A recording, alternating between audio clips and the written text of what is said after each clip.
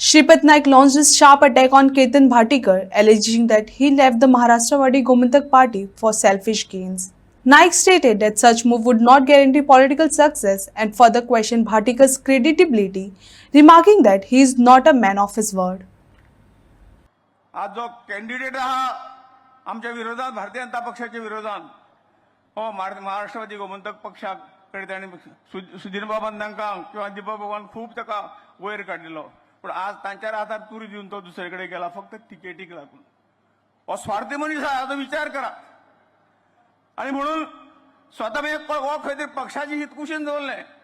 मगो पार्टीक थंयच दवरली आणि आज कित्याक कोण गेला तर फक्त खंय तरी ताका आमदार जावंक जाय म्हणून पण म्हाका दिसता फोंडेची जनता ही खंय तरी भुलची ना हे सगळे विसरतले आणि कित्या खातीर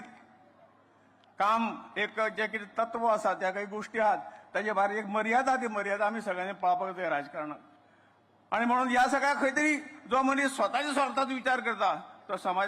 समाजाक केन्नाच खंय तरी बऱ्याक पावचे ना हें खूब तातूंतल्यान सिद्ध केल्लें आसा.